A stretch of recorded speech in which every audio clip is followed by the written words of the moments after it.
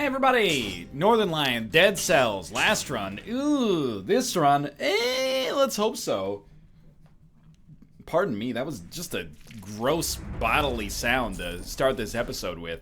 I thought that said oiled bow for a second. The quick bow is the 3 hits equals a crit. 3 hits equals a crit.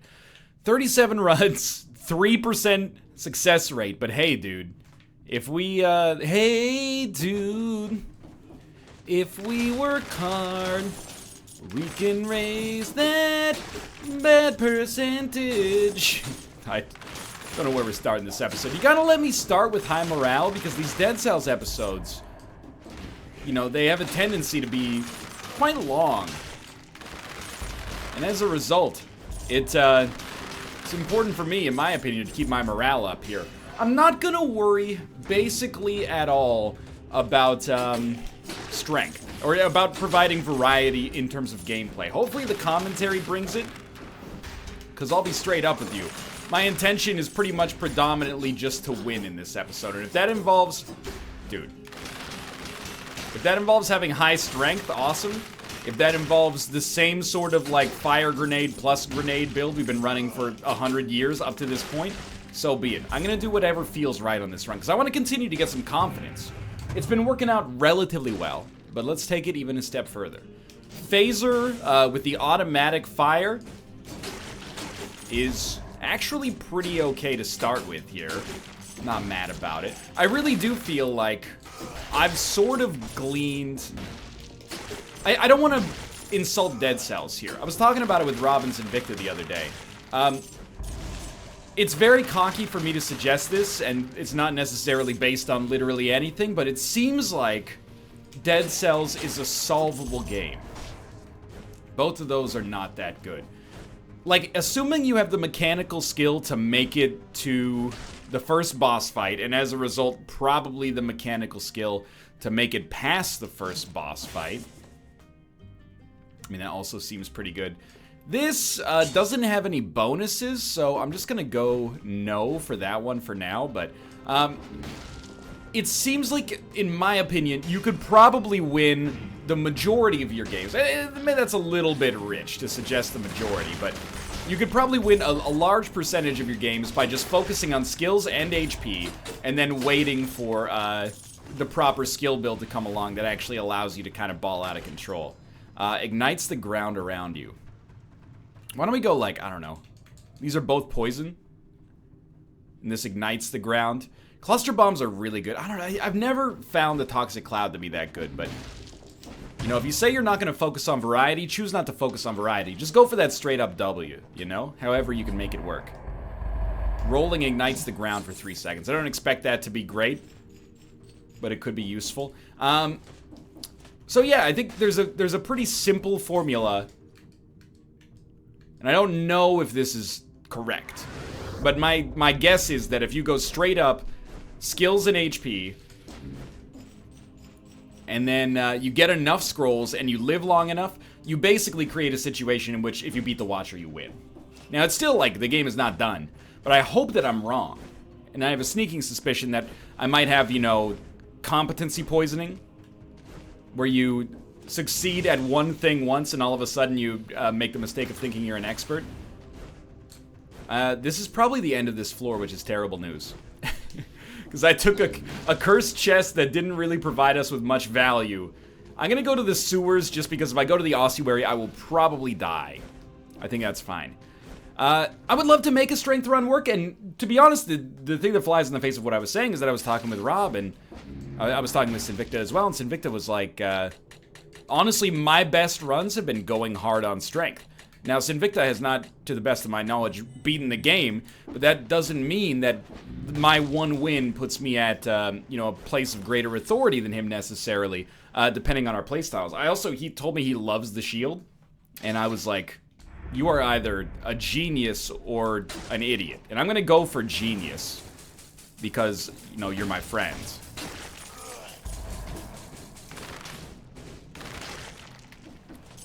I'll feel a lot better about this when everything is dead.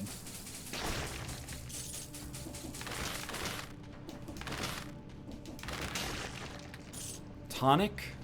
I mean, we don't need it is the thing. We're gonna play very, very slow until then. We're lucky, actually. Very, very, very slow. Oh, hello, Scorpion.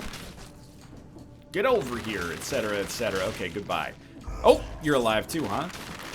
The quick bow is actually pretty decent for this, although it does stink that because we have no strength upgrades, it takes us, you know, 7 crits to kill an enemy, but still. 3 more enemies down and we can relax a little bit.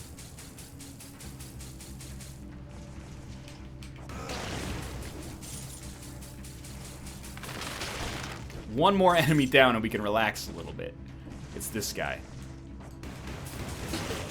We've done it. Okay, okay, now we can relax. That was, I apologize for the commentary getting a little, you know, not existing during that phase right there, but I was concerned that it wouldn't have been impossible for us to effectively ruin our whole run right there. So I'm gonna, again, stick with what works for now. We're not gonna roll 4 levels of HP before we get any levels of anything else, but we will, go for a skill-focused build, because I think that's, like, very much what my skill is right now. Pardon the, like, worst accidental pun of all time. Not worst as in the sense that it's cringeworthy, just worst as in, like, it's not at all clever. Maybe that's the original version of pun not intended, because people always go, intended pun, pun not intended, and then everyone goes, oh, wordplay is the height of comedy, you know? Maybe pun not intended is actually like a protectionary measure for when you accidentally make a pun that's terrible. You go, pun not intended, and they go, you know what? No harm, no foul, bro. It's all good. It all of a sudden finally makes sense to me. So we chose not to go to the ossuary this time, and that pretty much was just my way of saying, like, yeah, that was pretty bad. First time we've been hit on this run, though. Pretty much my way of saying I don't think we're strong enough, but also the curse scares the crap out of me, so... Right now, we kind of need a little bit of everything. Like, I wouldn't be mad if we rolled cluster bombs forever. But, of course, I would prefer if it was a higher level of cluster bombs. You might think that this is a little suspect, but I've been rolling around this idea in my head, and it's not exclusively, like, my idea. It's an idea that other people on Twitter have had as well, but it's if you're gonna roll a predominantly skills-focused build, then you should take a primary and secondary that give you stat upgrades. Stat upgrades of basically any category is fine, but if we're gonna be doing, like, almost no... Dude, the phaser shield is actually okay here. If we're gonna be doing almost no actual sword hitting, then we might as well just use it to upgrade whatever we can upgrade. And right now it's upgrading strength, which is completely fine.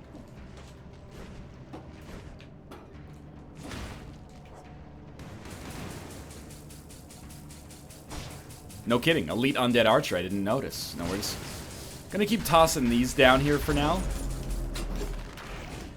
This guy is annoying. Like, the elite archer is extremely annoying, in fact, but taking care of him at the cost of, like, 1 heal, and we got a balanced blade 5, which is ridiculous, and the phaser lights enemies up, so I don't necessarily see us taking extreme advantage of this, but it's a burning synergy, and I tend to enjoy that. It makes me sound like some kind of, you know, real-life sicko or something like that, but I just mean in the game, it tends to work out pretty nicely for us. So effectively, this is doing guaranteed double damage. Now that's... We now have... We're operating from a position of power, allow me to say. So I don't really see a need to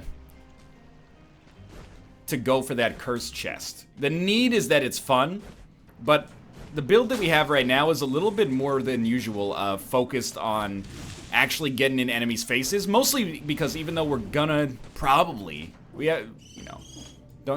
Don't forget things can change, but... We're gonna probably go for a skill build for one, but... The other thing worth keeping in mind is... We definitely want this. And I think we want to replace the phaser. I know the phaser ignites all these enemies, but I just don't... I'm making a mistake in the long term by potentially making this run easier in the short term. So essentially what I'm getting at is... we could probably pretty easily learn how to use the phaser, but instead I'm going to take the slightly easier way out because I want to get a quick win under my belt. I'm going to be recording a little bit of Dead Cells today, and I want to get that morale high if possible. Plus, this build's popping off. Anyway. What I was saying was, the curse chest is more of a danger right now because we're on this build that is like... That's the curse chest. Haven't quite explored everything because there's a health upgrade down here, which we need to get. We're on this build that smacks enemies in the face because we have that working in our favor right now. But in the future, we might just want to stay back and, you know, smack them with our skill build if possible. So this floor is done and was, like, honestly completely fine. There's a teleporter back there, but I've already committed as to make myself not look super silly, so... we might not have missed our timed door by much, but we did miss it. Oh, I wouldn't say I've been missing it, Bob. But actually. One day we'll do those timed door things, but, you know, the last run was pretty bad, so I want to get, again... This run is all about establishing confidence. It's like the first page of an exam. You know, you want that first page of the exam to go well. You get that perception of momentum. I was an okay student in university. I was a good student in high school, and I'm a good student now, but I was only an okay student in university, which I'm a little ashamed to admit, and that's why I always tell you, you know, it's the summer, if you're going to college this year, doesn't matter, first year, second year, third year, fourth year, post-grad, you know the deal. Go to class. It'll help you out. I mostly went to class. Probably skipped more than I should have. Never failed a class in college, but... Oh, that was pretty bad. Anyway, but I was a decent student. And in my Calculus 1 exam, I think it was like the third exam I'd ever written in college. Maybe second, even. Well, you know what? That'll work. I looked at the first page, and I had this moment where I went... I don't know any of this. Like, you look at the first question, and you go, I don't immediately know the answer, so I move to the second question. Don't know the answer. Then you start to freak out a little bit. Do I know any of this? Move to the third question. I don't know the answer. Fourth question. I don't know the answer. Flip the page. Second page. Don't know the answer. Don't know the answer. Finally, found a super easy one. I know the answer. Fill it out. Get some confidence. Go back to the first page. Wait a minute. I know, like, all of these. Go to the second page. I know all of these. Turns out I mind-flooded myself into believing that I didn't know what was actually stored within my brain. I gated myself off from access. Ended up doing pretty well on that exam. And I always think of that, because sometimes, you know, I still take tests and exams to this day, and I think that was a formative moment for me in learning how to take tests, is the idea that there is a little bit of psychology that goes on there sometimes. If you're a bad test taker out there, I do feel for you. Largely throughout my life, I've been a pretty good test taker.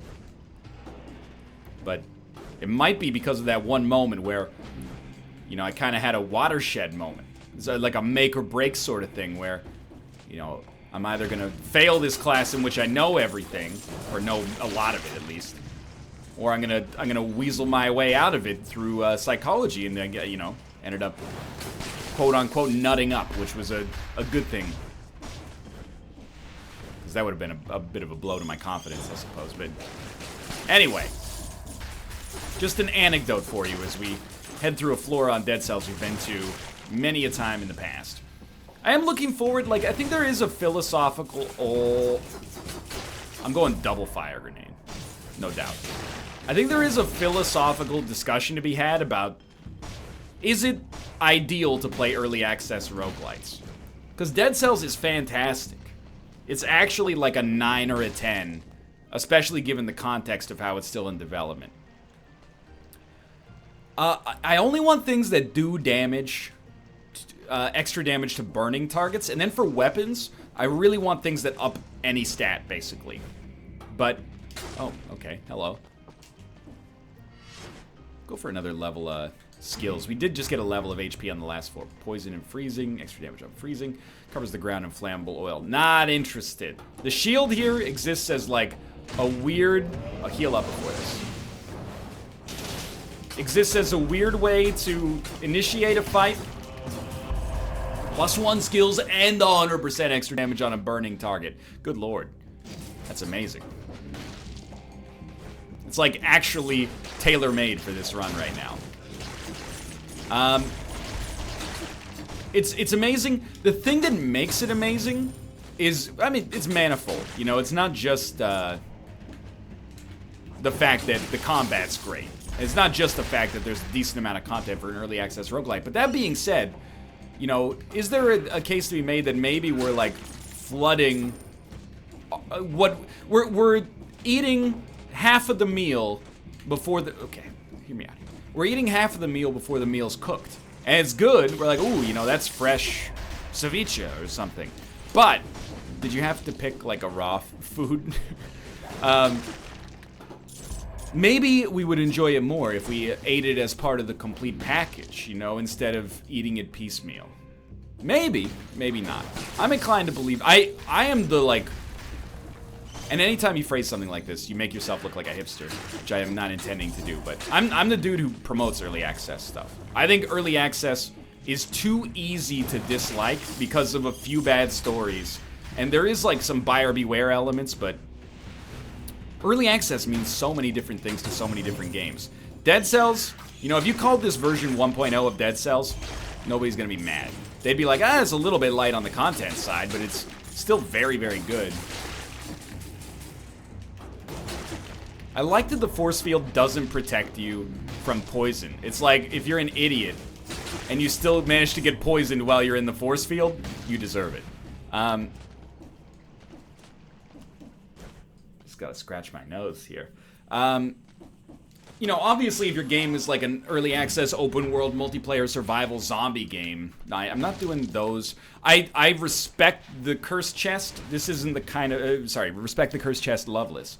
Can't stand the heathen, get out the wild, wild west. This isn't the right time for it, because we already have equipment we quite like. Even if the shield isn't 10 out of 10, in my opinion, it is capable of giving us what we want on this run because of the fact that it gives us +1 skills. So I don't really want to risk for anything. I would take an oil grenade because we don't need double fire grenades, probably.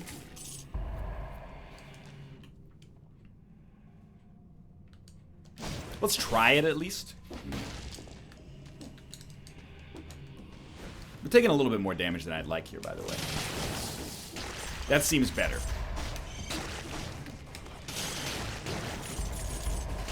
Yeah, it's actually, like, absolutely killing everything.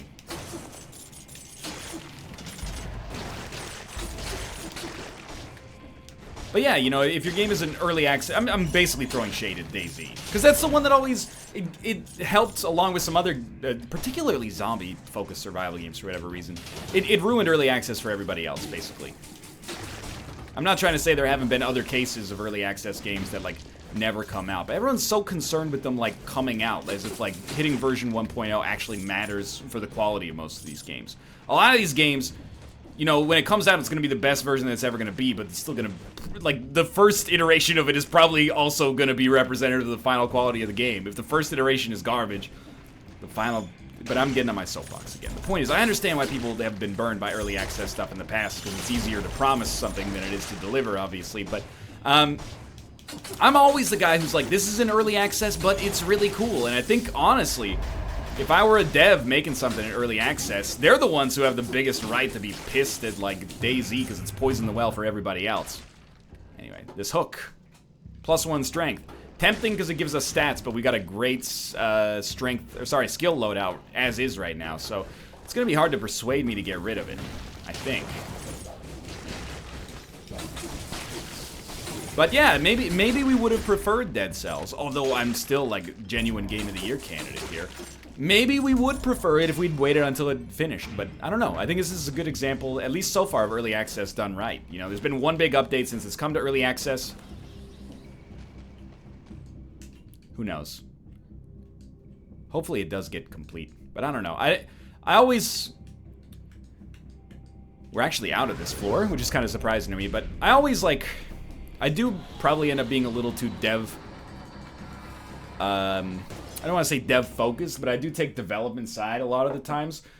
Because, I mean, somebody's got to. I understand that these are consumer products, but also at the same time, I'm like... You know, if dev release... There are people out there who are, like, Dead Cells is like alright.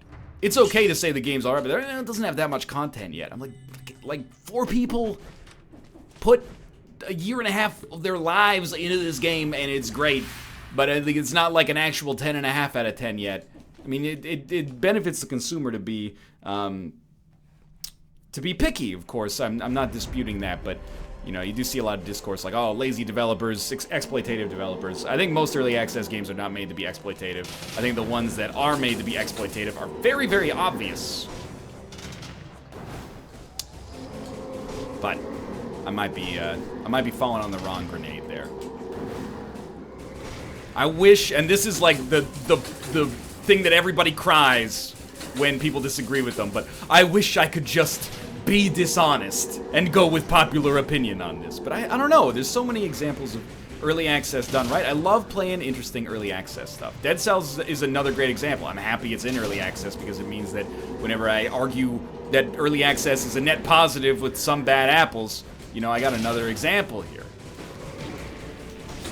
Like Oxygen Not Included, Kerbal Space Program, Don't Starve, Prison Architect, RimWorld, Factorio. There's so many developers for whom I'm like, the fact that they could put an in-development project on Steam has probably made that game so much better. But anyway, I'm getting weirdly like soapboxy here, but largely that's because, you know, we're super overpowered for the Black Bridge fight here, and that, honestly, it was good to be distracted for the fight because I think it's one of the best fights I've ever had against the Incomplete One. Never for a second did I think that we were gonna die there. And honestly, the build is good right now. I don't know why I'm going for shields again. That's a bad habit, but a lot of our strength right now, well, let's put it as unambiguously as possible. A lot of our raw attributes right now come from equipment that we hold. So if we ever choose to change our equipment, it is going to put us in a tougher spot. That means that we should be cautious about changing our loadout, is basically what I'm saying. I will also say that oil grenade, fire grenade, I'm still not convinced on oil. I think the juice, for the most part, ain't worth the squeeze. Death orb. Far from saying that oil grenade is bad, it's more that most of the time it does seem to be way better to have a 2 damage focused items, at least in my playstyle. But I understand that it's a damage multiplier. The oil is, so.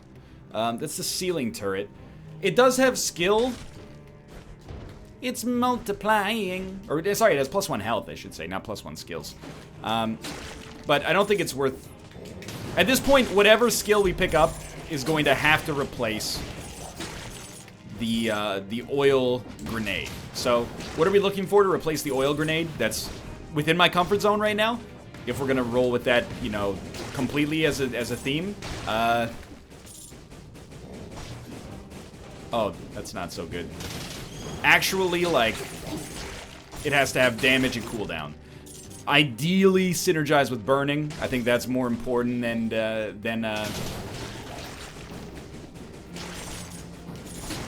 making sure that it gives us like +1 to another attribute. We actually ended up having a surprisingly balanced run, at least for now, and that's not my intention. Extra damage on a burning target. It'll take 1 away from strength, but I want to give it a shot. It does bring enemies closer to you, which I don't like, but it gives us something that at a decent range we can spam instead of using our sword if we're a little scared, I guess. So, plus I don't think I've ever used the wrenching whip, so my hope is that we can kind of like, you know, light every enemy on fire. Okay, that's pretty much my bad. Light every enemy on fire and then just, you know, crack that whip and hopefully kill pretty much everything. Because I think it does hit multiple enemies. But, I mean, releases a cloud of poison. That's unfortunate. It would be a very easy decision to just take the classic Northernlion grenade, fire grenade build.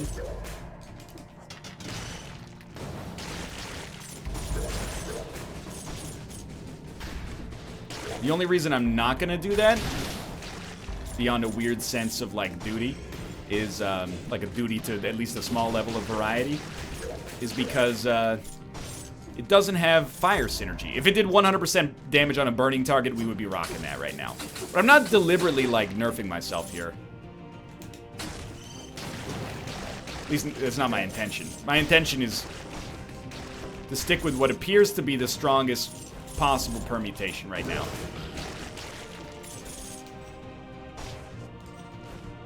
I know you probably, if you're itching for variety, you're probably saying, NL, dude, why are you constantly... Oh, it's an elite enemy, so just be careful. Why are you constantly rolling fire synergy, dude? It's getting a little samey. You may well be correct. But it's not like I've... Did you see my win percentage? It's 3%. Hello.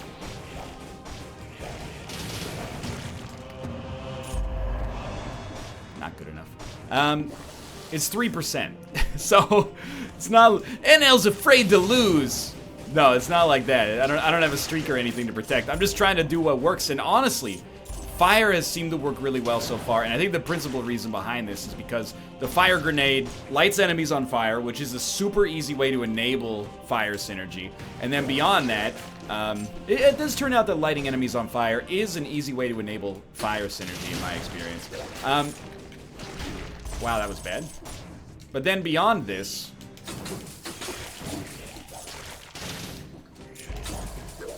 I need to heal again, sadly. There is some meat back there we can grab. But then beyond this, the cooldown is so low that we can do it, like, endlessly. Ladies. So there's basically no downside, or not enough of a downside. The downside is exclusively, like, intrinsic. Wait, extrinsic? The downside is extraneous, maybe is what I mean to say, which is that it's only a downside to the viewers, which is unfortunate for you. And me, because, you know, this is my job, but still, this seems like the right way to go. So I got Oil Grenade 5 versus Oil Grenade 4. It does more damage, causes enemies to burn when they die, which they probably would have to begin with, but still, I don't think any of that is... rolling to cause fire is not necessarily a huge, you know, benefit in my opinion. But I also, most of the time, I don't see a desire to really, like, buy a pendant unless it's way better than what we already got going on. I will go ahead and say this is, like, a little worse than some of our recent runs. Like, this is not quite a 10 out of 10 build. I don't think I'm ruffling too many feathers by saying that. It's... Okay, good start. It's close. Honestly, if we can get, like, a worthwhile grenade, I think it might be, like, an 11 out of 10. But we haven't really improved our equipment too much in the past floor or so. I mean, going from, like, Oil Grenade 4 to Oil Grenade 5 is worth... about as much as, like, a kick in the pants, you know? Stats are getting there, though. You know, we want to be at, like, 7x8. And the 56 NL? No, okay, come on. Look, don't treat me like that. I can do 7 times 8. Is this not? No, it's not. Okay. Want to be at, like, 7 HP, 8 skills, and then strength, whatever. This must have been our entrance here.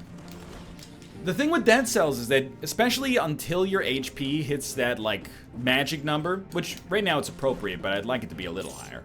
Until your HP hits that magic number, any one pod could basically destroy you. I knew I was gonna botch that one. As soon as I, like, whiffed on the very beginning of it, I was not too happy.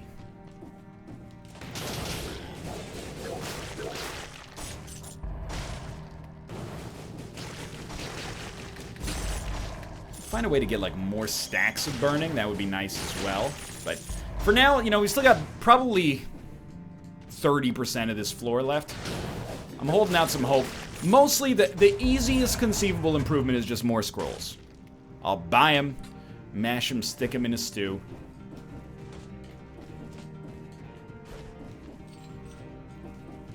At least it's always nice after a bad run to have a good run.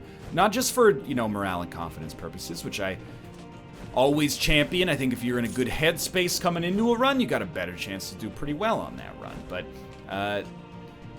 is this where we came up? Yes? It must be. We have it mapped out. Yeah. The big deal is actually the fact that, like, financially, we've recovered from a run that drained the coffers a little bit.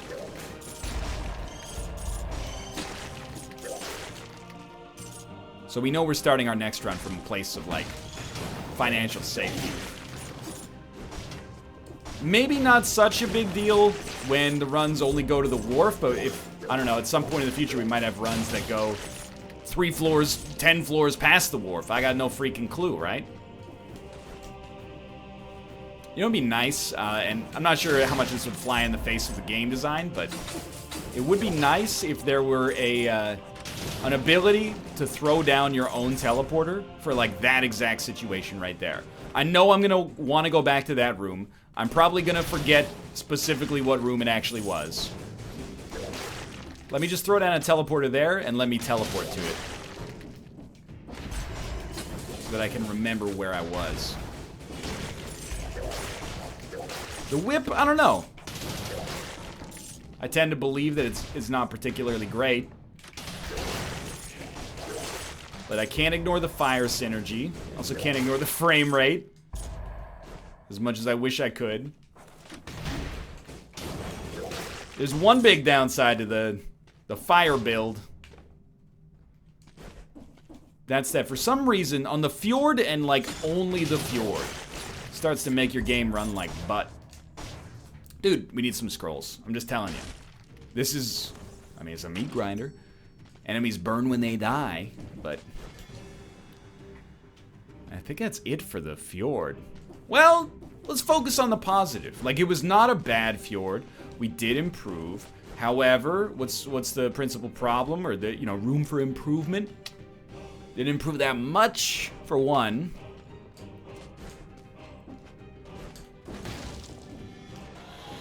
And we're headed down to a floor that's a little bit more difficult here in the graveyard, but that's fine. Who is it? Is this my Tomo buddy? Hello. We took the cats to get groomed today. First off, because we're yuppies.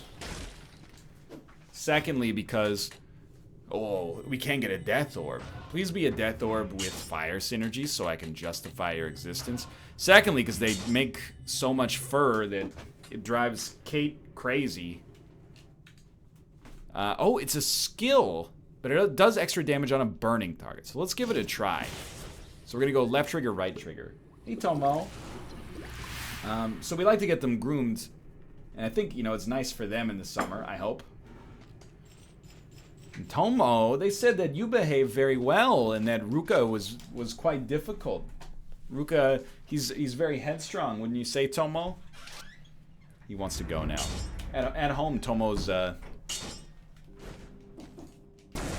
headstrong himself. Excuse me, get into the death orb, please. Wow, we found a secret. Alright, so I got a bit of a rarity. I gotta learn how to use this item. Dude. This seems like the kind of thing that might be, like, incredible at dealing with the boss, because it moves so slowly. Sure, the cooldown apparently seems to take 1,000,000 years. And by that, I mean literally 6 seconds. Okay, let's not do that. That's your learning lesson for today. It's a nudged whip. 100% damage on a burning target. Enemies burn when they... Oh, sorry, throws a grenade this time. So it's very slightly better than our current equipment. Which, most of the time, in most games, you would be like, this is a no-brainer. And it is a no-brainer, but it's a no-brainer that makes me sad, because I just want it to be, like, a little stronger. Dude, you got a bad time coming for you. It does explode on the wall, which is unfortunate. I was hoping it would just, you know, spam through the entire rest of the level.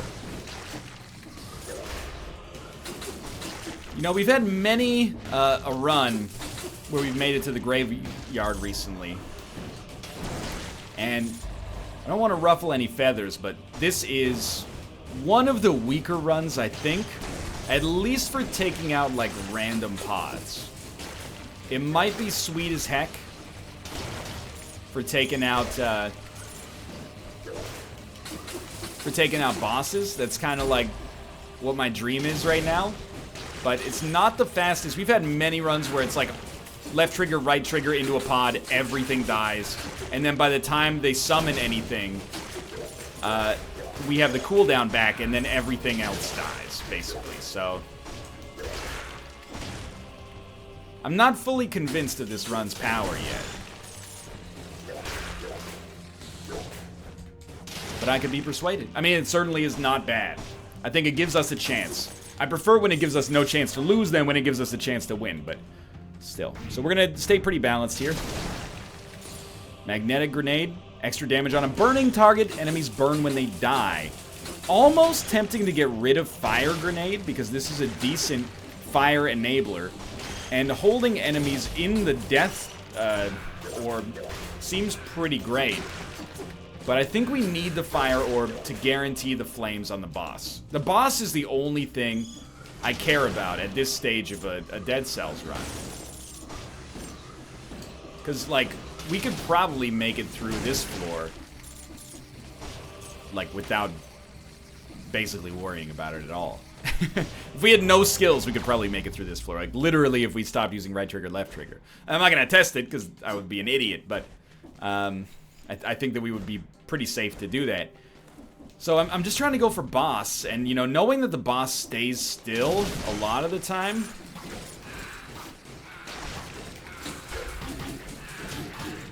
No, save me. Heal up. Disappointed to be using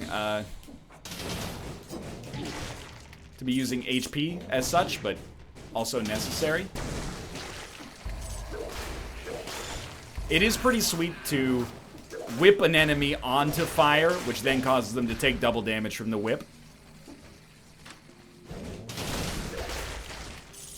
I think we just gotta rethink our approach here. I'm still using my sword more than you'd expect for somebody who has a skill build like this, but, like, look at the enemy HP, dude.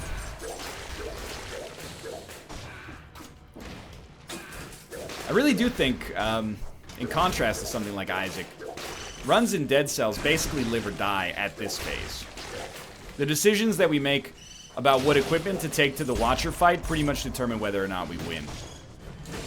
This might just be because I'm still, like, a Dead Cells newbie, but it really does seem like if you don't get the right equipment on a Dead Cells run, you're just dusted. At least at my present skill level. Trying to, like, step a little further back before I rock the dead orb.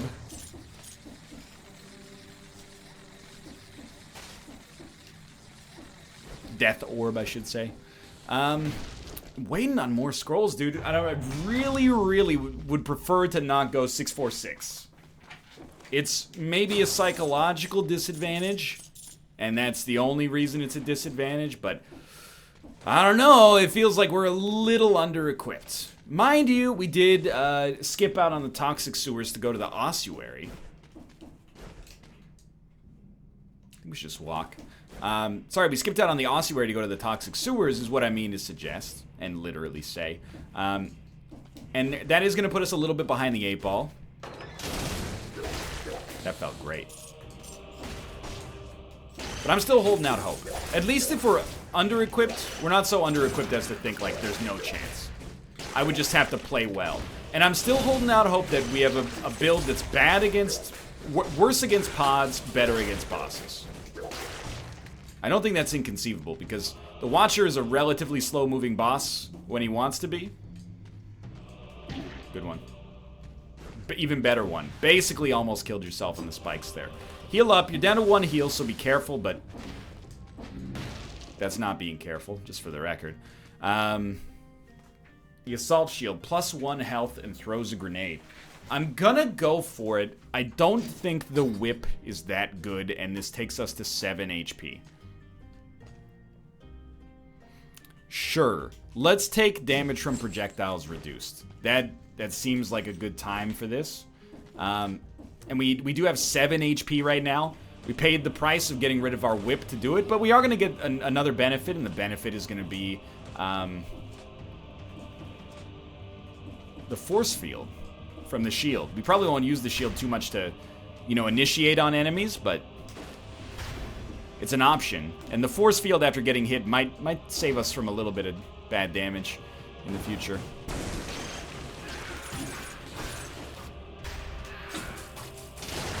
It was nice to have the whip for these guys, but we're not building this run around these guys, which will look real foolish if we end up dying on this floor instead of making it to the Watcher, but that's, we've just placed the run in a situation where my own skill is important, which is dangerous. Sadly, we get a strength scroll.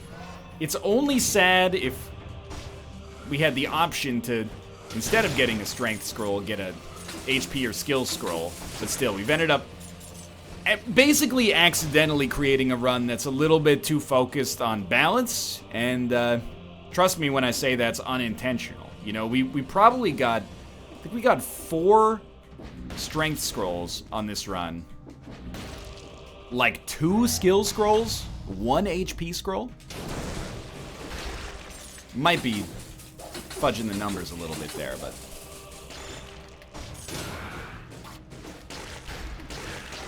I don't really know what I'm doing with the shield. The shield is basically me giving up my spacebar slot to like improve my stats. Does look pretty cool when it works. Okay, I mean that's tough. It's a broadsword that's going to do a lot of damage, but it's going to take... I mean, it synergizes with burning, but so does our existing sword. And it has lifesteal. However, taking extra damage is going to suck. Might as well go for this. Taking extra damage is going to suck. And I'm worried that we could get bursted too quickly. I'm content with our existing setup. Not to mention, I don't intend to swing my sword that much. You know, we don't have a Frost Blast, which was kind of like an integral part of our Watcher victory. Was that we could freeze the enemy and then just smack the crap out of him, so. Without the Frost Blast, which really allowed us to use our sword so frequently, it's not going to be as easy to make this happen, I think. To make it pop, I should say. Can you see me here? Not until I come over here, and then a little of that, a little of this. I can't see a situation in which using the shield is better than using the sword here. I might be a little mistaken. That seemed to work out nicely. I don't know. We were a little... Whoa! Out of heals. Super bummer. You're out of touch. I'm out of time. Where's the invisibility priest down here? He's annoying me.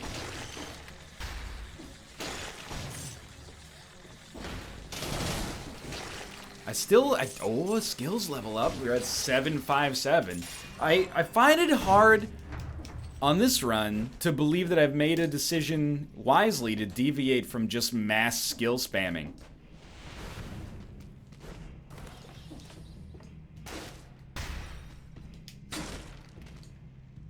Extra damage on a burning target, throws a grenade, swarm of biters. So that's like, you got me tempted now.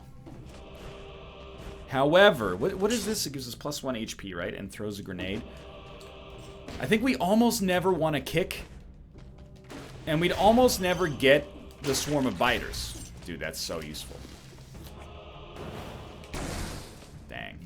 We'd almost never get the swarm of biters.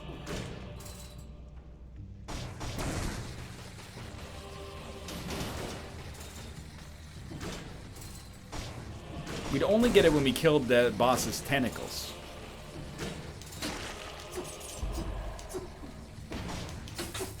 It's always, like, way tankier than I expect.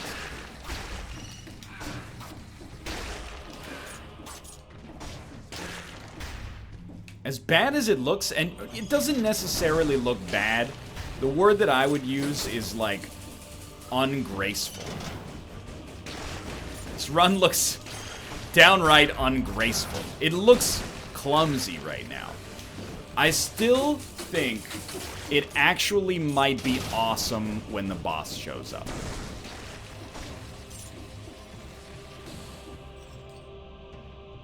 Might be an elite enemy up there. We should be careful about that. I'm not saying we should be proud of that because it's a lot of compromise just to make the boss work. Ooh, not an elite enemy, just a kebab. Make that mistake all the time in my home life.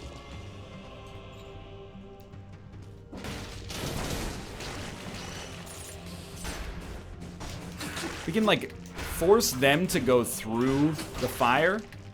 I'm very happy.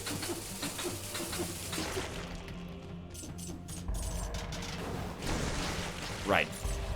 We've chosen one of the skills that doesn't benefit us from a gravitational standpoint. We can't throw it. We can't lob it, basically, is what I mean. Travels in a straight line. Gets destroyed, I think, when it hits any structure. Like any game structure. Dude, I can't believe we didn't get hit there. Gotta be very careful, because sometimes these stealth priests, like, hide enemies right next to them that we should be aware of. This might be closing in on the end of the floor. Oh, yeah, that's a funny joke. So we found a secret up there. You know, what, 1,000 gold? I don't care.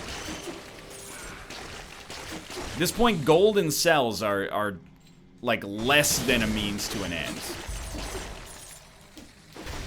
Great name for an autobiography.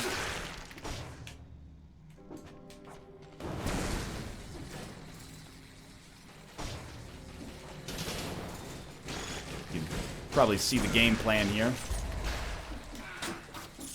I see it. Just an awful lot of staying out of these enemies' way. Dude, we've gotten so freaking lucky with the kebabs. It's out of control. So we're going to be at 757 as we move on here. And I think that was the whole floor. Even if it wasn't, we didn't have any Estus left. I know. We shouldn't go for shields. Do we have anything else that's on the go right now? Sandals, sort of. One way or the other, this is going to be the end of this run. I don't hold a lot of hope that we're going to beat the Watcher, but I do have some hope that constantly keeping it on fire and using the Death Orb is going to be very nice, and maybe we'll get super lucky.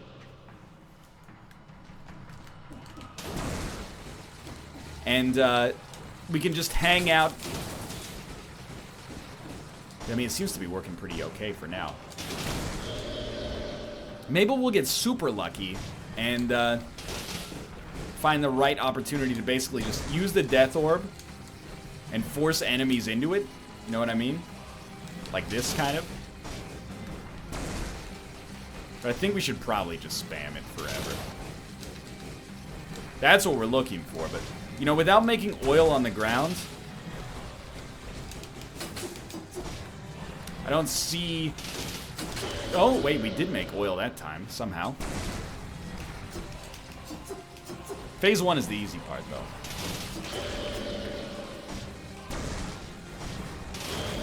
Yeah, I mean, case in point. Okay, so we haven't been hit yet.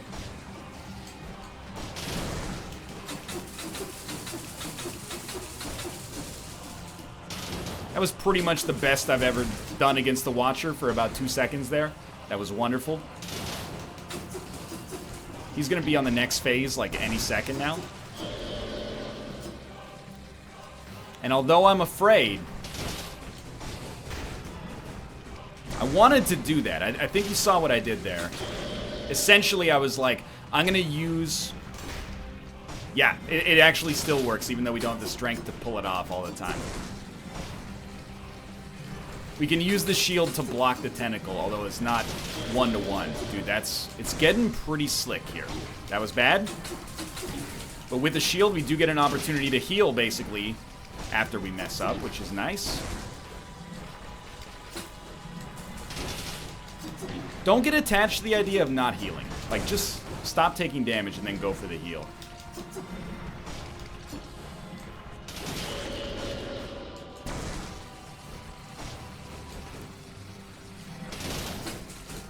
Come on, dude. You're dusted. Thank you. So go for the heal now. We've used one heal at half of his HP. That's totally fine as far as I'm concerned.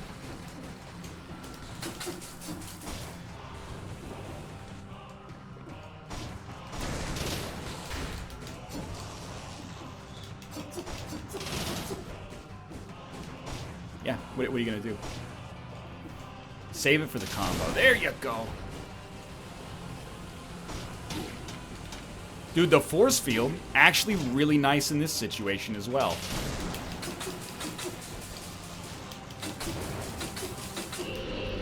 This is the moment of truth. The actual, like, basic, honest-to-God moment that's going to determine whether we have any chance here. Is how many heals we use on this section. It's a math problem. That was extremely good. A great way to compensate for taking damage. And that was a fairly clutch heal, despite the fact that it also, like, put you in a weird spot, admittedly. Good heal, dude! Am I complimenting myself incessantly? Perhaps, but, like, this is actually very, very strong play. Should have thrown that in the other direction.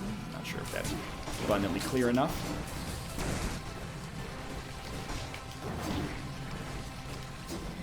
I do want to heal. Good timing. You still got 2 heals left. I'm starting to think we're going to make this.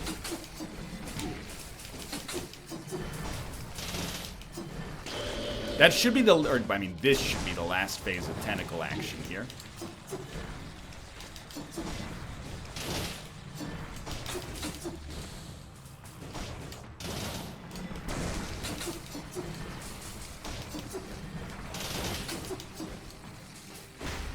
God, the final phase is so much freaking HP.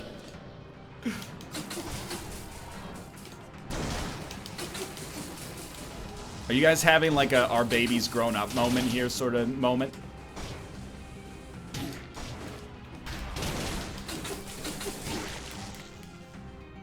Tomo brought so much cat hair in here. I almost cannot celebrate the defeat of this boss. We're gonna get a blueprint, which is kind of amazing. And we're also gonna catch that W in Dead Cells, dude.